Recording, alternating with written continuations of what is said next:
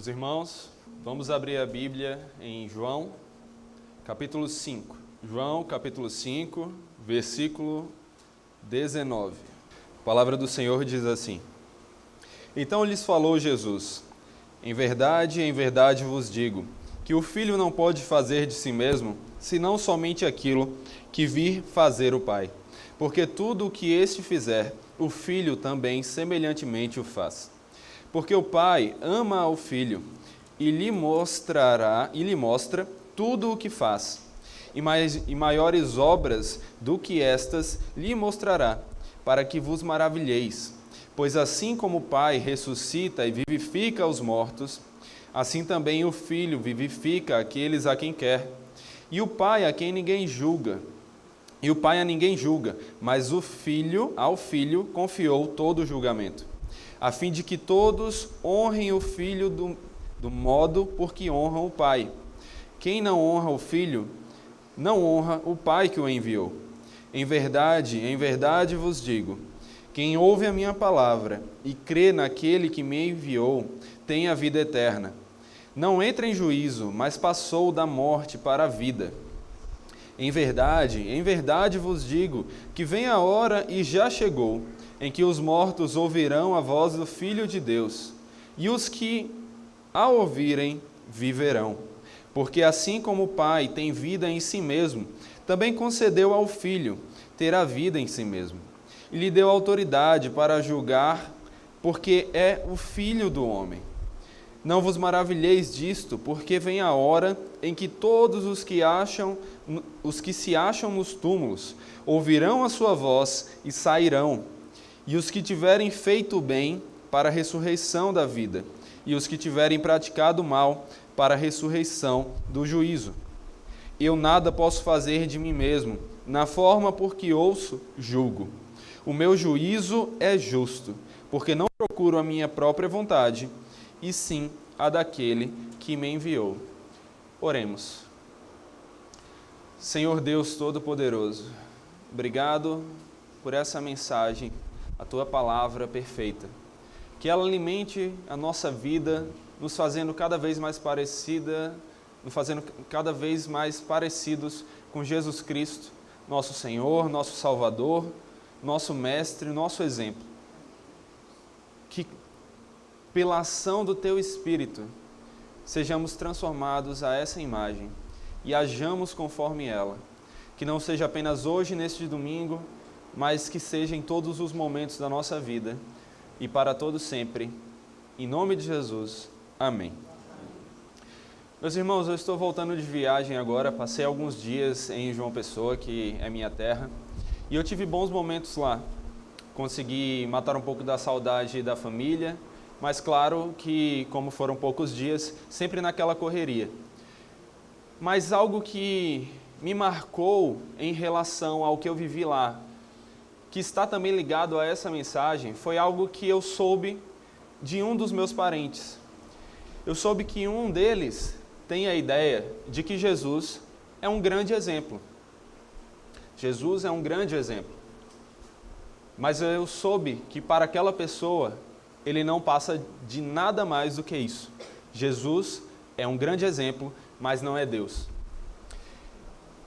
E o problema disso é que isso é uma contradição. Porque se Jesus não é Deus, ele não pode ser um exemplo para nós. Se Jesus não é Deus, nós não devemos segui-lo.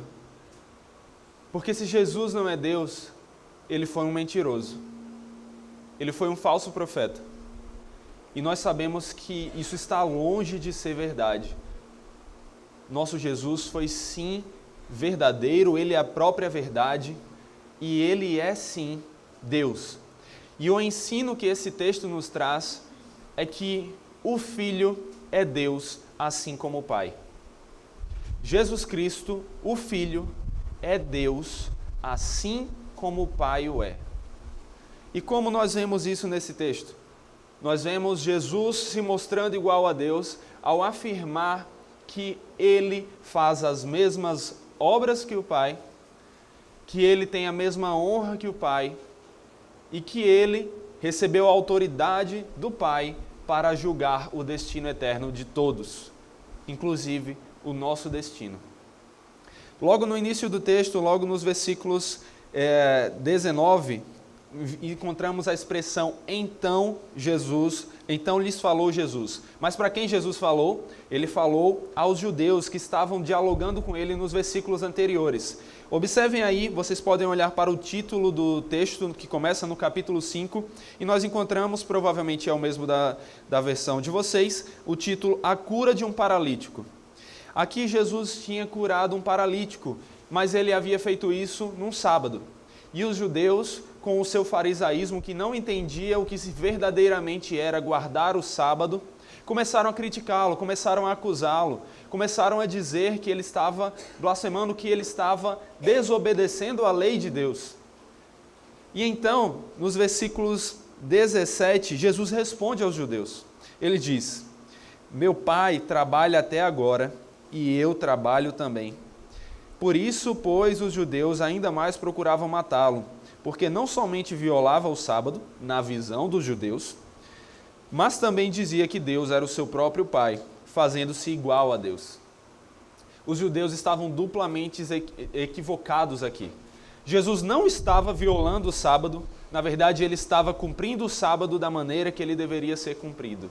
Ele estava fazendo obras de necessidade, ele estava espalhando o amor de Deus e demonstrando o seu poder, curando aqueles que necessitavam. E outro engano dos judeus era o de que Jesus não podia se dizer igual a Deus. Mas isso era um terrível engano, porque Jesus é o próprio Deus. Ele não apenas se dizia o próprio Deus, mas ele é o próprio Deus, porque ele faz as mesmas obras que Deus faz. Quando nós olhamos para o estudo da teologia e vemos que o Filho é Deus assim como o Pai, uma das coisas, um dos critérios que nós encontramos nas Escrituras para identificarmos isso são as obras. Jesus fez e faz as mesmas obras que Deus Pai faz e fez.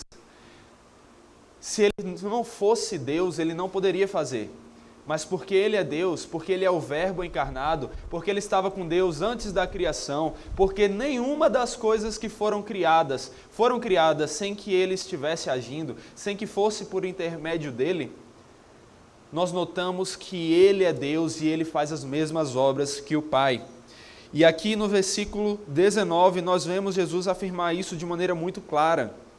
Em verdade vos digo, que o Filho nada pode fazer de si mesmo, senão somente aquilo que vir fazer o Pai. Porque tudo o que este fizer, o Filho também semelhantemente o faz. Jesus está claramente respondendo aos judeus aqui. Ele está dizendo: olha, vocês estão pensando que eu estou descumprindo, estou quebrando o mandamento de guardar este dia para o Senhor, de guardar o sábado. Mas vocês não estão entendendo. Eu não faço nada se não for de acordo com a vontade do meu Pai. Eu não faço nada se não estiver de acordo com o que meu Pai diz que deve ser feito. E mais ainda, eu não faço nada se meu Pai não fizer. Se eu estou aqui curando no sábado, é porque o meu Pai continua a trabalhar. É isso que nós vemos no versículo 17. Meu Pai trabalha até agora e eu trabalho também. Quando nós olhamos para a criação e entendemos que Deus terminou a sua obra, aquilo ali não significa que o Senhor simplesmente se aposentou. Não é um deísmo, não é a ideia de que nós temos um Deus que criou um relógio perfeito, deu corda e nunca mais precisou ter nenhum cuidado ou contato com ele. Deus poderia ter feito isso se quisesse? Poderia, Ele é todo poderoso. Mas as Escrituras nos mostram que Ele é um Deus pessoal, que ama ter contato conosco, pela sua graça, não por ver nenhum valor em nós mesmos, mas pela sua graça. E é por Ele que nós vivemos, nos movemos, que nós existimos. E Deus continua trabalhando até hoje, cuidando de nós, nos preservando, controlando todas as coisas, sendo um Deus soberano que Ele é. Nada acontece sem que seja vontade de Deus. E Jesus está mostrando aqui claramente que assim como o Pai trabalha, assim como o Pai faz as coisas que são perfeitas, Ele também o faz. Versículo 20, porque o Pai ama ao Filho e lhe mostrará tudo o que faz, e maiores obras do que esta lhe mostrará, para que vos maravilheis. Pois assim como o Pai ressuscita e vivifica os mortos, assim também o Filho vivifica aqueles a quem quer. E o Pai a ninguém julga, mas ao Filho confiou todo o julgamento. Assim como o Pai tem todo o poder para tirar a vida e a dar, fazer descer a sepultura e fazer subir, Jesus Cristo também tem esse poder. As Escrituras nos mostram que Deus é o manancial da vida, é a fonte de toda a vida. Mas esse texto também nos mostra que Jesus recebeu do Pai o ser vida completa. Jesus é a fonte da vida. Jesus é aquele que decide quem vive e quem morre. Quando nós olhamos para as Escrituras e entendemos que os nossos dias estão traçados, que estão todos nas mãos de Deus, que Deus está no controle de tudo, temos que entender que isso não é uma obra única de Deus Pai, mas Deus Filho age junto a Ele. Quando nós vemos aqui no versículo 22, e o Pai a ninguém julga, mas ao Filho confiou todo o julgamento, também não devemos entender uma separação completa, como se aqui o Filho fizesse algo que o Pai não faz. Mas o que o texto quer dizer, de acordo com toda a Escritura, é que o Filho não faz nada separado do Pai e o Pai não faz nada separado do Filho. Eles são o único Deus. São três pessoas, sim, mas são o único Deus que age de uma maneira perfeita, em consenso, de acordo com o conselho da Trindade. Deus Pai, Deus Filho e Deus Espírito Santo agem juntos, fazendo tudo que é melhor, tudo que é perfeito e fazendo inclusive com que todas as coisas cooperem para o bem daqueles que o amam e foram chamados segundo o seu propósito.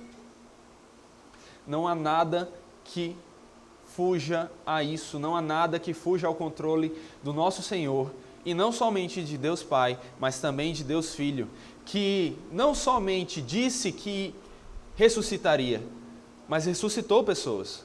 Fisicamente, ressuscitou. E Ele também ressuscitará. Nós aqui estamos olhando primeiramente nesses versículos iniciais para um outro aspecto do ressuscitar. Mas mais à frente, nos versículos finais, nós vemos esse aspecto do ressuscitar físico. E nós vemos que em todas as ideias, Jesus foi verdadeiro e tem poder para fazer. Mas aqui o que Jesus está dizendo principalmente é que Ele tem poder para vivificar todos aqueles que estão mortos em seus delitos e pecados. Todos aqueles que pecaram, ou seja, todos aqueles que Ele elegeu para serem seu povo. Todos nós, meus irmãos. Todos nós. Se hoje nós estamos aqui na igreja e não estamos apenas sentados como pessoas que estão assistindo a algo sem verdadeiramente sentir no coração a palavra que liberta. Não como o joio, mas sim como o trigo, aquilo que dá fruto, aquilo que realmente agrada ao Senhor. Se nós estamos aqui assim, é porque Deus Pai, Deus Filho e Deus Espírito Santo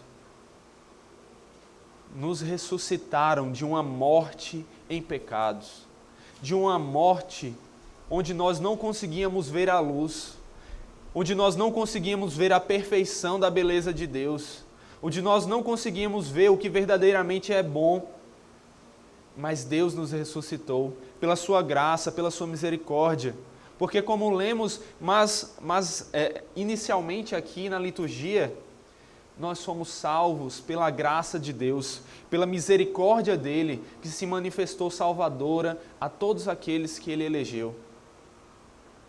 E Jesus Cristo é esse que tem todo o poder para vivificar e também para julgar, porque é Ele quem decide aquele que é salvo e aquele que é condenado. Observem que Jesus é o Salvador, é Ele quem salva, é Ele que vai atrás e salva. Quando alguém está se afogando, essa pessoa não vai até o salva-vidas e diz: ei, me salva, eu vou voltar ali para me afogar, agora você vai lá me salvar. Não, não é assim que funciona. o salva-vidas, o Salvador, ele encontra a pessoa que está se afogando e ele vai lá e salva. E Jesus encontrou aqueles que ele elegeu e ele salvou e continuará salvando até o último dia, aquele dia que ele voltará e ele julgará de uma vez por todas a todo ser vivo, a todo o povo, a toda a humanidade, de maneira que alguns ressuscitarão para a condenação e outros para a salvação. Observe o versículo 27. E ele lhe deu autoridade para julgar, porque é filho do homem. Não vos maravilheis disto, porque vem a hora em que todos os que se acham nos túmulos ouvirão a sua voz e sairão.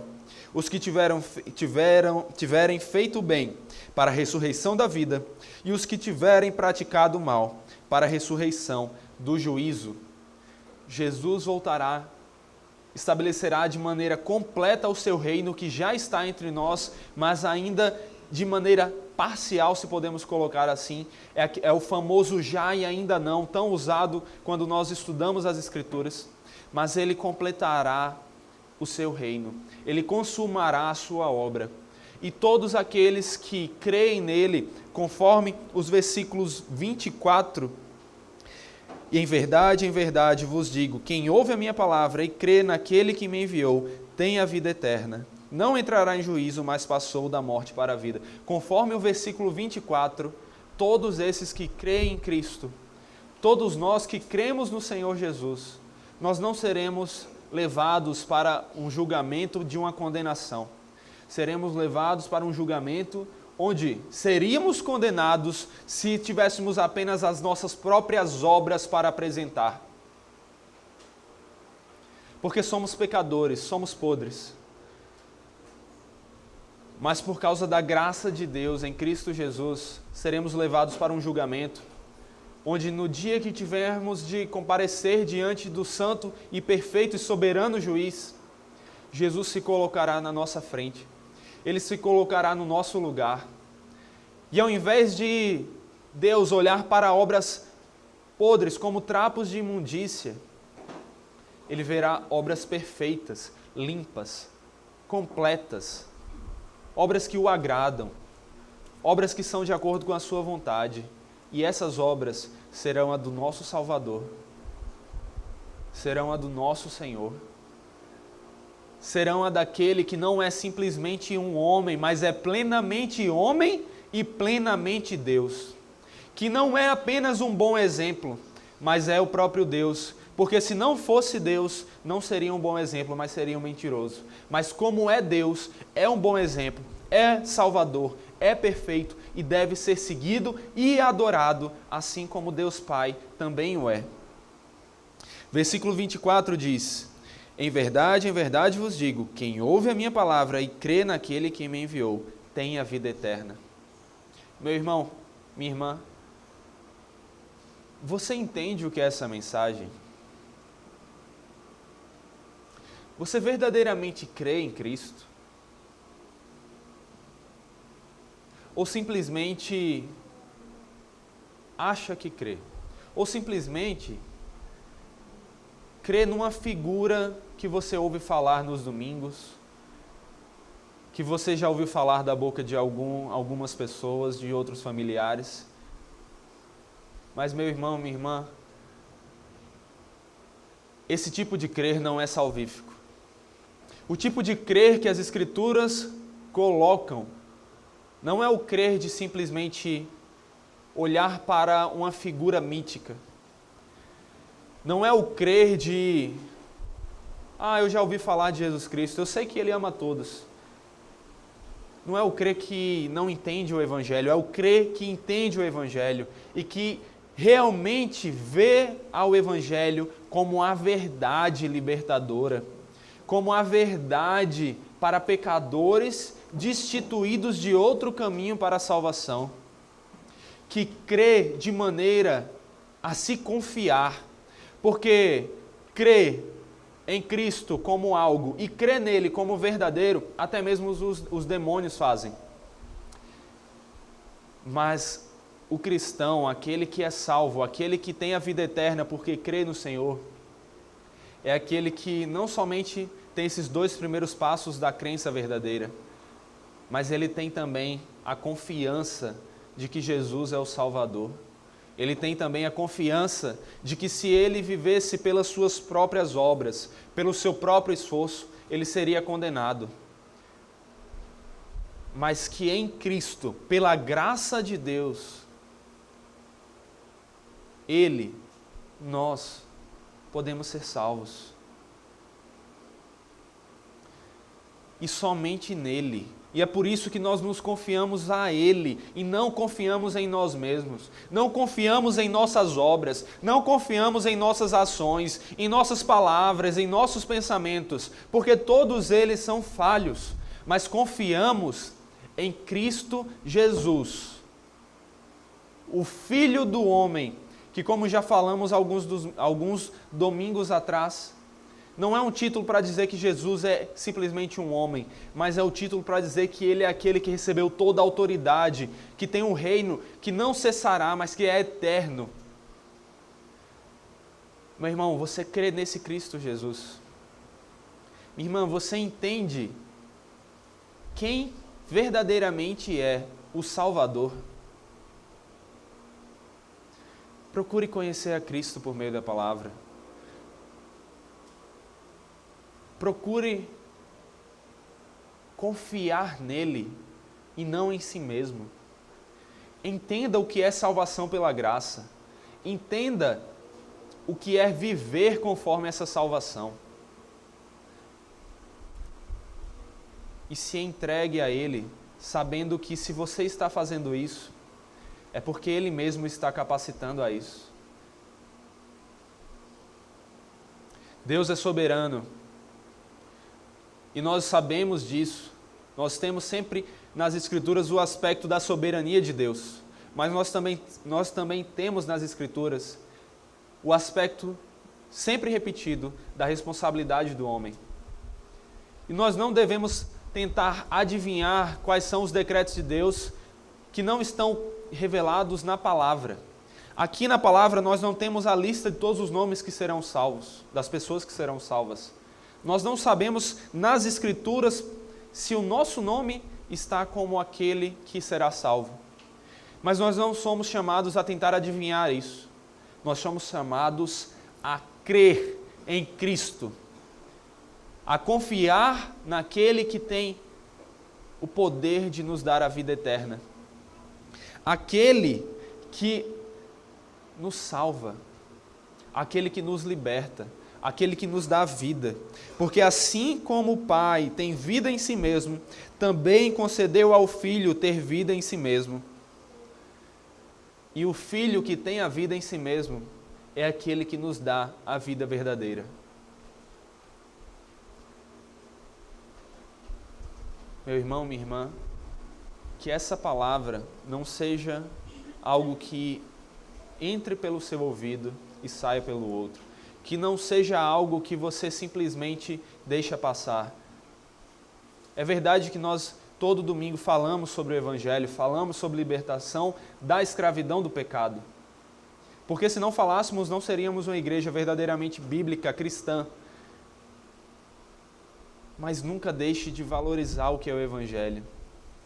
As Escrituras dizem: examinai-vos a vós mesmos se realmente estáis na fé.